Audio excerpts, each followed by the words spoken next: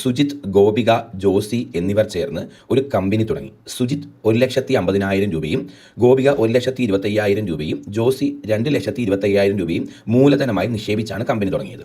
ഒരു വർഷം കഴിഞ്ഞ് 54,000 രൂപ ലാഭം ലഭിച്ചാൽ സുജിത്തിൻ്റെയും ഗോപികയുടെയും ജോസിയുടെയും ലാഭം എത്ര?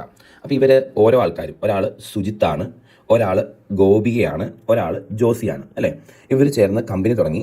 സുജിത്ത് നിക്ഷേപിച്ചത് 1,50,000 രൂപയാണ് മക്കളെ.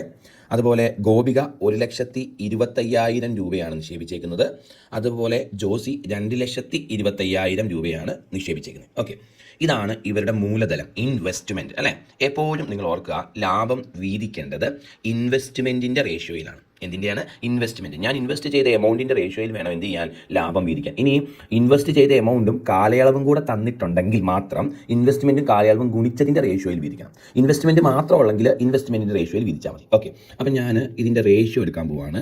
ഞാൻ ചെയ്യുന്നത് മക്കളെ, ഈ 3 0 വെട്ടിക്കളഞ്ഞു, ഈ 3 0 വെട്ടിക്കളഞ്ഞു, ഈ 3 0 വെട്ടിക്കളഞ്ഞു, ബാക്കി 150:225:225 കിട്ടി. ഇനി എല്ലാത്തിനെയും 25 വെച്ചങ്ങ് വെട്ടിക്കളയാം. 150-ൽ 25 6 തവണ, 125-ൽ 25 5 തവണ, 225-ൽ 25 9 തവണ. കണ്ടോ? അപ്പോൾ എനിക്ക് കിട്ടി 6:5:9. ഇതാണ് ഇവരുടെ ഇൻവെസ്റ്റ്മെൻറ്റിൻ്റെ റേഷ്യോ. ഓക്കെ ആണല്ലോ. ഇനി ചോദ്യം, ഇതിൽ ഓരോരുത്തരുടെയും വിഹിതം എത്രയാണെന്നല്ലേ? ആദ്യം സുജിത്തിൻ്റെ വിഹിതം കണ്ടുപിടിച്ചാലോ? സുജിത്തിൻ്റെ വിഹിതം കാണാൻ ആകെ വീതിക്കേണ്ട എമൗണ്ട് 54,000 രൂപയാണ്, അല്ലേ? 54,000 രൂപയിൽ നിങ്ങൾ നോക്കിക്കേ, ഇതാകെ 9, 6, 15, 5, 20 ആണോ? 20-ൽ 6 ഭാഗമാണ് ആർക്ക് കിട്ടുന്നത്? സുജിത്തിന് കിട്ടുന്നത്. അത് മനസ്സിലായോ?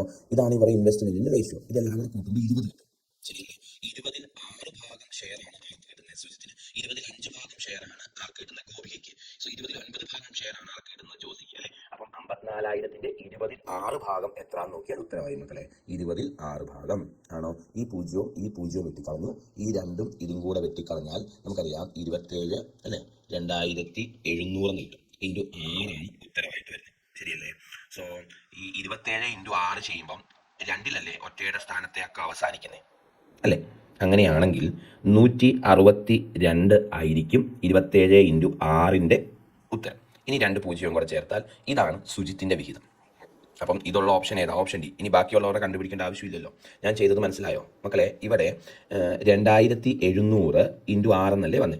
27 ഇൻറ്റു 6-ന്റെ ഒറ്റയുടെ സ്ഥാനത്തേക്ക് 7 6 കുടിക്കുമ്പോൾ 2 അല്ലേ ആണ്. അപ്പം 27 ഇൻറ്റു 6 ചെയ്യുമ്പോൾ 2-ലായിരിക്കും അവസാനിക്കുന്നത്. 2-ൽ അവസാനിക്കുന്ന 162 മാത്രമല്ലേ അവിടെ ഉള്ളൂ. അതുകൊണ്ട് 162 എടുത്തു. പിന്നെ ഈ 2 0 എഴുതി. കണ്ടോ? ഇതാണ് ആരുടെ? സുജിത്തിൻ്റെ വിഹിതമായിട്ട് കിട്ടുന്നത്. ഇനി അതിൽ തുടങ്ങുന്ന ഒരു ഓപ്ഷനേ ഉള്ളൂ. അപ്പോൾ ബാക്കിയുള്ളത് ചെയ്യേണ്ടല്ലോ. അതുകൊണ്ട് ഓപ്ഷൻ ഡി ആണ് ആൻസർ. ഹൈക്കോർട്ട് OAയുടെ എക്സാമിന് ചോദിച്ച ചോദ്യമാണ്.